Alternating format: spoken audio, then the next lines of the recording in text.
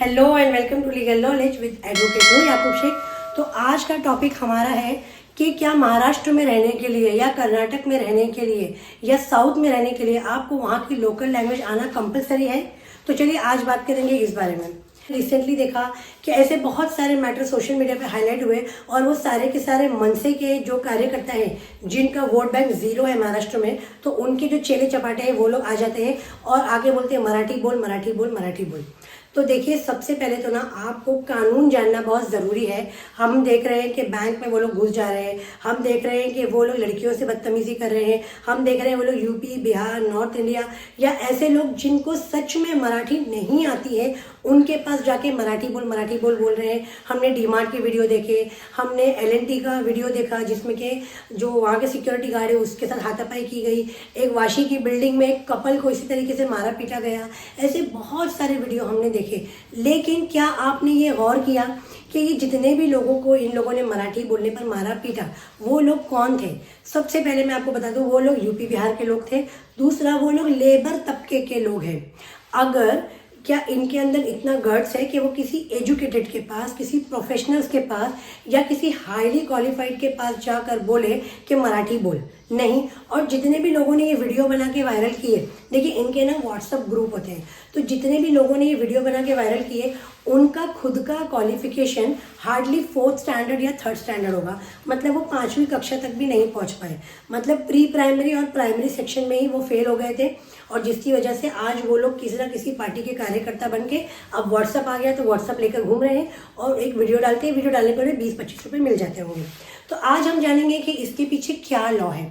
तो देखिए, सबसे पहले तो ना हर एक इंडियन सिटीजन को, फिर वो किसी भी सिटी से किसी भी स्टेट से बिलोंग होता हो, कॉन्स्टिट्यूशन को पढ़िए। कॉन्स्टिट्यूशन पढ़ना आपको क्यों ज़रूरी है? देखिए, सबसे पहले कॉन्स्टिट्यूशन के थ्रू आपको पता चलेगा आपके फंडामेंटल राइट क्या है। एज पर आर्टिकल 19(1)(a) मतलब कि 19 सबसेक्शन 1 उसका सब क्लॉज ए ये कहता है कि आप किसी भी लैंग्वेज में बात कर सकते हैं, किसी के बारे में कुछ भी बोल सकते हैं अनटिल अनलेस उसकी आप बेइज्जती ना करें। और दूसरा, आप किसी भी तरीके के पोस्चर गेस्चर, जैसे कि मैं एक्सप्रेस करने के लिए मुझे कोई चीज़ अच्छी लग रही है मैं हार्ट बना सकती हूँ, कोई चीज़ मुझे अच्छी लग रही है मैं थंब दे सकती हूँ, कोई चीज़ मुझे खराब लग रही है तो मैं थंब अंडर दे सकती हूँ, या कोई चीज़ मुझे बहुत ख़राब लग रही है तो मैं उससे सो कॉल यूँ करके बोल सकती हूँ। ऐसे बहुत सारे पोस्चर गेस्चर थे। मैं किसी भी तरीके का, देखिए बताती हूँ, मैं किसी भी तरीके से मतलब एक ऐसे बैनर या पोस्टर बना के प्रोटेस्ट कर सकती हूँ। जैसे हमने देखा वक्फ का बिल आ रहा है तो मैं लिख सकती हूँ कि आई रिजेक्ट वक्फ बिल। तो ऐसा कुछ भी करने पर मेरे ऊपर कोई FIR, कोई केस, कुछ भी नहीं हो सकता है किसी के भी थ्रू। यहाँ तक कि किसी को पावर नहीं है कि वो मेरे खिलाफ एक्शन ले। अब हम जानेंगे आर्टिकल 343, 344, 345, ये कॉन्स्टिट्यूशन के अंदर ही है। मैं डिस्क्रिप्शन में इनकी डिटेल, इनकी डेफिनेशन आपको ऐड कर दूंगी, या आप मेरे कम्युनिटी पोस्ट और आप मेरे इंस्टाग्राम पे फॉलो करेंगे तो मैं इस बारे में आपको एक रील बना के, पोस्ट बना के बता दूंगी। तो इसके अंदर ये बोला गया है ना कि सेंट्रल गवर्नमेंट लैंग्वेज है वो ऑफिशियल लैंग्वेज हिंदी और इंग्लिश है। इसमें मराठी, कन्नड़ इनका कहीं भी कोई जिक्र नहीं किया गया है। तो अगर आप हिंदी या इंग्लिश जानते हैं तो ये आपकी ऑफिशियली लैंग्वेज है। आप किसी भी ऑफिस में चले जाइए, किसी भी आप डिपार्टमेंट में चले जाइए, वहाँ आपको इंग्लिश और हिंदी बोलना है और इसके लिए भी आपको कोई फोर्स नहीं कर सकता है कि आपको हिंदी ही बोलना है।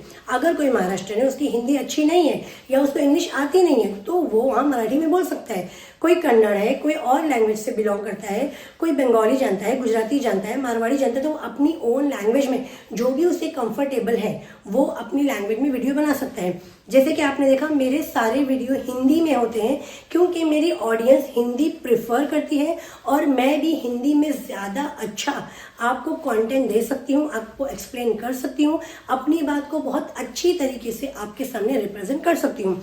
तो इसके लिए मुझे कोई फोर्स नहीं कर सकता है कि मैं मराठी ही बोलूँ, मैं कन्नड़ ही बोलूँ, मैं तुल्लू ही बोलूँ या फिर मैं वहाँ पर इंग्लिश ही बोलूँ।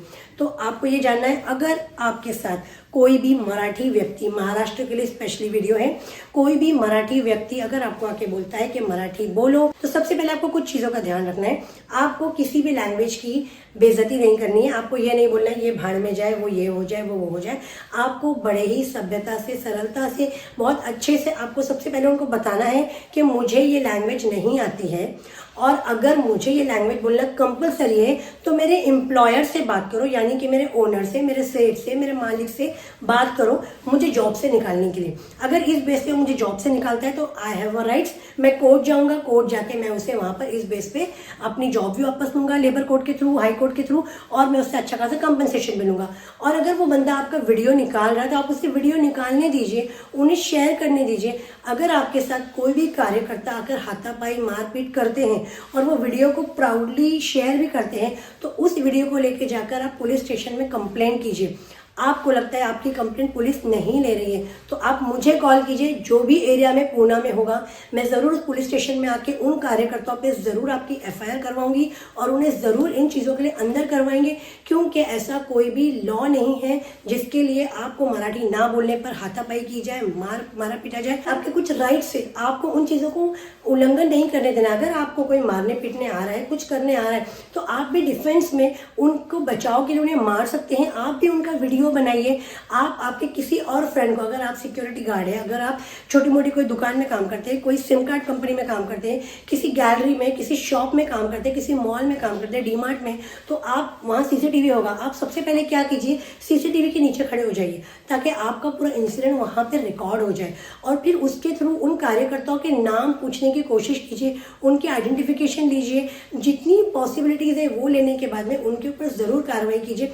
क्योंकि किसी भी स्टेट को, यानी कि महाराष्ट्र को, अब तक कोई भी ऐसा गाइडलाइन या ऐसा लॉ पास नहीं हुआ है जिसमें आपको मराठी बोलना कंपलसरी है। देखेंगे हमारे सीएम फडणवीस और अगर हमारे डीसीएम देखेंगे, हम डेप्यूटी सीएम शिंदे, तो ये दोनों भी जब भी मीडिया में आते हैं तो मराठी नहीं बोलते हैं, वो लोग हिंदी ही बोलते हैं। जब भी संसद में जाते हैं या कहीं भी डिबेट में जाते हैं, पॉलिटिकल डिबेट होता है, न्यूज़ चैनल पे आते हैं, तब वहाँ मराठी क्यों नहीं बोलते हैं?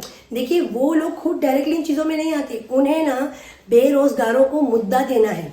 जितने भी लोग ऐसे वीडियो फैला रहे हैं वो सारे बेरोजगार, अनपढ़ हैं, वो सारे, मैंने बोला आपको, अंडर क्वालिफिकेशन है, इसलिए वो ये सब काम करते हैं। तो आपको उस टाइम चुप रहना है, आपको उस टाइम उन्हें जवाब नहीं देना है और फिर बाद में आपको उनके खिलाफ कार्रवाई करना है। कार्रवाई अगर आपको करनी है तो आप मुझे ईमेल कर सकते हैं, आप मुझे व्हाट्सएप के थ्रू अपॉइंटमेंट लेकर बात कर सकते हैं। अगर आप डायरेक्टली नहीं मुझ तक पहुंच पा रहे तो आप किसी भी ऐसे एसोसिएशन, किसी संस्था या किसी ऐसे डिपार्टमेंट के थ्रू मुझ तक पहुंच सकते हैं जिनके थ्रू मैं आपको हेल्प करूंगी। और ज़रूर मैं आपको हेल्प करूंगी। अगर पुलिस ने आपकी एफआईआर नहीं ली, ऐसे लोगों को नहीं पकड़ा, तो हम पुलिस के खिलाफ भी जा सकते हैं। वो कैसे जाना है, कब जाना है, उसके ऊपर मेरी एक अलग सी वीडियो है, वो ज़रूर देखिएगा, डिस्क्रिप्शन में डाल दूंगी। तो आई होप आपको समझ में आ गई होगी मेरा ये वीडियो बनाने का मकसद क्या है। लैंग्वेज बैरियर पे जो आपके साथ मारपीट हो रही है वो गलत है, उसके लिए आवाज़ उठाइए।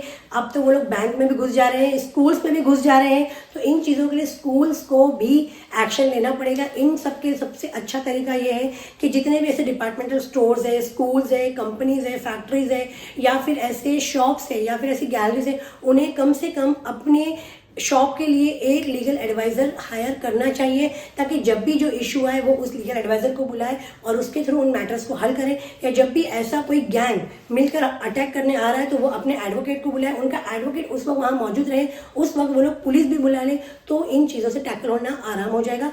लड़ने से कुछ नहीं होगा, डरने से कुछ नहीं होगा, आपको सिर्फ और सिर्फ स्मार्टनेस करना होगा और आपको लॉ जानना होगा।